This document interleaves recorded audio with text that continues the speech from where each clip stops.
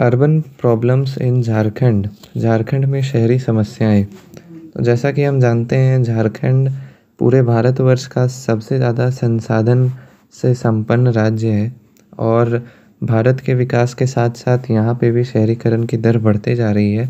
चाहे वो झारखंड की राजधानी रांची हो, जमशेदपुर हो, बोकारो हो, धनबाद हो, गिरिडीह हो या फिर और जगह हो, यहाँ पे शहरीकरण बहुत बढ़ते जा रहा है, जिसके कारण अब समस्याएं भी आने लगी हैं।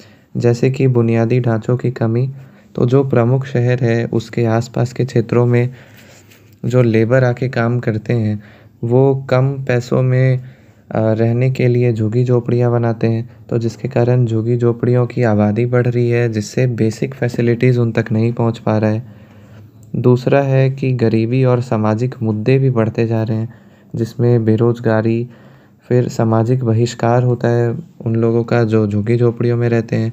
बहिष्कार इन द सेंस कि मतलब उनको बेसिक फैसिलिटीज़ नहीं मिल पाता है, बिजली, पानी, ये सब बेसिक। उसके बाद बढ़ती असमानता भी शामिल है इसमें। इसके अलावा बात करें तो पर्यावरण का क्षरण होता है। जब बहुत सारे झुग्गी झोपड़ियाँ बनेंगी, आबादी बढ़ेगा किसी क्षेत्र का, तो वायु प्रदूषण, जल प्रदूषण, वनों की कटाई, फिर कचरों का उचित प्रबंधन ना होना, ये सब के कारण पर्यावरण क्षरण होता है। अब इतना ज़्यादा आबादी है और सीमित संसाधन है, तो योजना और शासन में भी चुनौती आती है। नागरिक की भागीदारी का अभाव है, उसके बाद स्थानिक योजना का अभाव है, तो जिसके कारण शहरीकरण जो है वो अब समस्या बनते जा रहा है। स्थानीय उदाहरण के लिए लें तो रांची में हम लोग कह सकते हैं, जैसे हरमू, अरगोड़ा और मोराबादी जैसे मलिन बस्तियों का निर्माण होते जा रहा है। जमशेदपुर, जो कि Tata iron and steel industry के लिए फेमस है, वहाँ पे औद्योगिक गतिविधियों के कारण वायु प्रदूषण, परिवहन सब बढ़ते जा रहा है। धनबाद, जो कि वायु प्रदूषण, शहरी फैलाव आदि के लिए अभी बहुत, वहाँ का एयर क्वालिटी इंडेक्स भी ख़राब हो गया है।